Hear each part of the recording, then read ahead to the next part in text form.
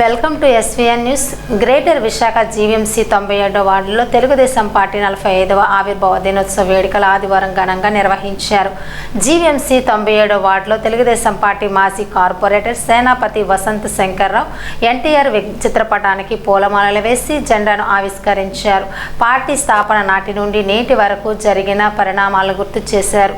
Party కార్యకర్తలు, నాయకులు ఎన్టీఆర్కు జోహార్లు అంటూ నినాదాలు చేశారు. ఈ ఆవిర్భావ వేడుకల్లో తదేపా నాయకులు ఎన్టీఆర్ చిత్రపటానికి నివాళులర్పించారు. ఈ సందర్భంగా వసంత శంకర్రావు మీడియాతో మాట్లాడుతూ ఎన్టీ రామారావు బడుగు బలహీన వర్గాల కోసం తెలుగుదేశం పార్టీ స్థాపించారని తెలిపారు.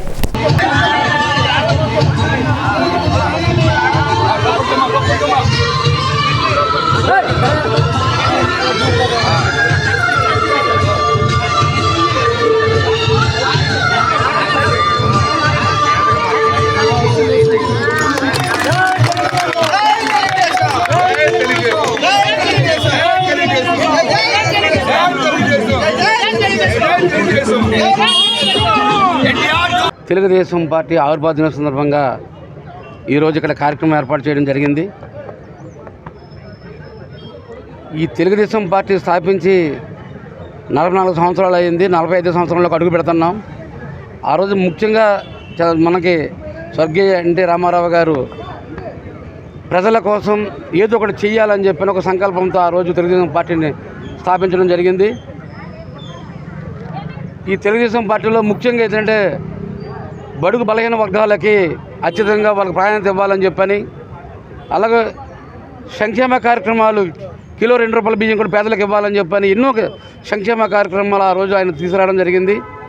ఏవైతే కార్యక్రమాల్లో గతంలో ఎన్టీ రామారావు గారు ప్రవేశపెట్టారో అవే కార్యక్రమాలు కూడా ఈరోజు గౌరవనీయులు ముఖ్యమంత్రి నారా చంద్రబాబు నాయుడు గారు, అలాగే మన లోకేష్ గారు, అలాగే ఇక్కడ ముఖ్యంగా మనకి పార్టీ ప్రెసిడెంట్ పల్లా శ్రీని గారు, వీళ్ళందరూ కూడా మన పార్టీ కోసం, ప్రజల కోసం ఎంతో శ్రమిస్తున్నారు. ముఖ్యంగా ఏంటంటే ఈరోజు తెలుగుదేశం పార్టీ అనేది ఇది మాకు తెలుగువాడు పార్టీది, ఆంధ్రుల పార్టీది. ఎందుకంటే ఆంధ్రులు ఒక గుర్తింపు వచ్చిందంటే మొట్టమొదటిసారిగా అది స్వర్గీయ ఎన్టీ రామారావు గారు అని చెప్పదు. అలాగే మహిళలకు ఆస్తుల సమాన హక్కు కూడా ఇచ్చింది స్వర్గీయ ఎన్టీ రామారావు గారు. ఎన్నో ప్రజలకు ఎన్నో సంక్షేమ కార్యక్రమాలు ఆయన చేయడం జరిగింది. అలాగే ఈరోజు ఇక్కడ మన ఈ 44వ వసంతాలు పూర్తి చేసుకొని 45లోకి అడుగు పెడుతున్నాం. రాబోయే రోజుల్లో తెలుగుదేశం పార్టీ ఇక్కడ ఈ 97వ వార్డులో మరొకసారి మళ్ళీ, ఎందుకంటే మేము గతంలో కాంగ్రెస్ ప్రభుత్వం ఉన్నప్పుడు తెలుగుదేశం పార్టీ ఇక్కడ జెండా ఎగరవేయడం జరిగింది. అలాగే వైఎస్ఆర్ ప్రభుత్వం ఉండేటప్పుడు కూడా తెలుగుదేశం పార్టీ జెండా ఎగరవేయడం జరిగింది. రాబోయే రోజుల్లో తెలుగుదేశం పార్టీకి ఇది అడ్డాగా దీన్ని కార్యకర్తలందరూ కూడా దీన్ని మరొకసారి అందరూ కూడా సమన్వయం చేసుకొని రాబోయే రోజుల్లో తెలుగుదేశం పార్టీ దీన్ని మళ్ళీ ఇక్కడ పూర్వవైభవం తీసుకురావాలని చెప్పని ఇక్కడ వార్డు ప్రజలందరూ కూడా కోరుతున్నాను. ఆవిర్భావ దినోత్సవం అత్యంత ఘన వైభవపేతంగా 44 పూర్తి చేసుకుని 45లో అడుగుపెడుతుంది. విశ్వవిఖ్యాత నట సార్వభౌమ పద్మ విభూషణ్ స్వర్గీయ ఎన్టీ రామారావు గారు స్థాపించినటువంటి ఈ తెలుగుదేశం పార్టీ ఆయన ఒకే లక్ష్యంతో స్థాపించడం జరిగింది. అది తెలుగువారి ఆత్మగౌరవం కాపాడడం గురించి.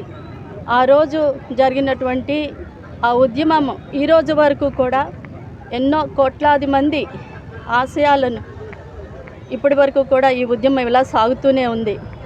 ఈరోజు ఎన్టీ రామారావు గారు ఏదైతే పేద బలహీన బడుగు వర్గాలని అభివృద్ధి చేయాలనే ఉద్దేశంతో ఆయన ఈ రాష్ట్రంలో తెలుగుదేశం పార్టీ స్థాపించినటువంటి ఆయన ఆశయాలను మన గౌరవనీయులు చంద్రబాబు నాయుడు గారు, మన నాయకుడు, ఈరోజు ఆయన్ని ఆ రాష్ట్రంలో అదే ఆశయాలతో ఈరోజు వరకు తీసుకురావడం ముందుకు సాగుతుంది.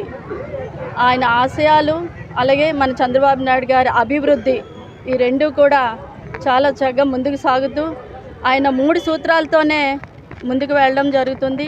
అది సంక్షేమం, అభివృద్ధి, టెక్నాలజీ. ఈ 3 సిద్ధాంతాలతో ఆయన ప్రజాసేవకు ముందుకు సాగుతూ అదే సిద్ధాంతాలతో అందరం కూడా మనం ఈరోజు ముందుకు వెళుతూ ఏదైతే సమాజం దేవాలయమో ప్రజలే దేవుళ్ళుగా భావిస్తూ ఆ స్ఫూర్తితో మనందరం వెళ్తున్నందుకు ఈరోజు తెలుగుదేశం పార్టీ అందరికీ మనస్ఫూర్తిగా ప్రజాసేవలో ఉండాలని కోరుకుంటూ ఈ యొక్క పండుగను అందరం కూడా చాలా ఆనందంగా సంతోషంతో జరుపుకున్నందుకు చాలా సంతోషంగా ఉంది. తెలుగుదేశం